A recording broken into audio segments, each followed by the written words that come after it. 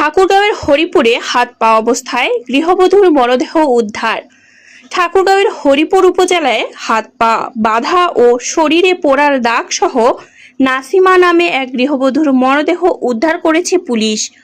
ঘটনাটি এলাকায় ব্যাপক চাঞ্চল্যের সৃষ্টি করেছে। প্রাথমিকভাবে ঘটনাটি রহস্যজনক বলে মনে করছেন স্থানীয়রা।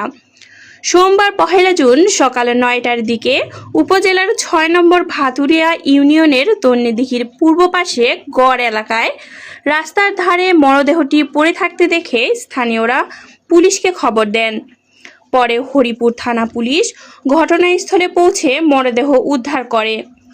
নিহত নাসিমা রানীশংকেল উপজেলার রাউতনগর গ্রামের স্থানীয় ইউপি সদস্য আবদুল্লাহর স্ত্রী বলে জানা গেছে। বিষয়টি নিশ্চিত করেন হরিপুর থানার ভারপ্রাপ্ত কর্মকর্তা ওসি আব্দুল হাকিম আজাদ। পুলিশ জানায় মরদেহটির গলায় দড়ি পেঁচানো ছিল। এছাড়া ওড়না দিয়ে হাত পা বাঁধা অবস্থায় পাওয়া গেছে। শরীরের পেছনের অংশে পোড়ার চিহ্নও লক্ষ্য করা গেছে।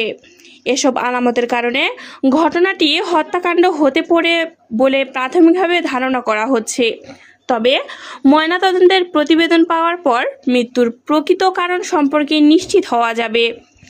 হরিপুর থানার ভারপ্রাপ্ত কর্মকর্তা ওসি আব্দুল হাকিম আজাদ বিষয়টি নিশ্চিত করে জানান, মরদেহ উদ্ধার করে ময়নাতদন্তের জন্য মর্গে পাঠানোর প্রস্তুতি চলছে।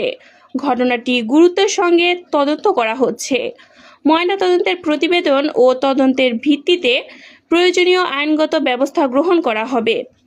পুলিশ জানিয়েছে, ঘটনার পেছনে কোনো অপরাধমূলক কর্মকাণ্ড রয়েছে কিনা সে বিষয়ে বিভিন্ন দিক খতিয়ে দেখা হচ্ছে। একই সঙ্গে নিহতের পরিবারের সদস্য ও স্বজনদের সঙ্গে কথা বলে ঘটনার রহস্য উদ্ঘাটনের চেষ্টা চলছে। এ ঘটনায় এলাকায় উদ্বেগ ও কৌতূহলের সৃষ্টি হয়েছে। স্থানীয়রা দ্রুত ঘটনার সুষ্ঠু তদন্ত ও দোষীদের শনাক্ত করে আইনের আওতায় আনার দাবি জানিয়েছেন।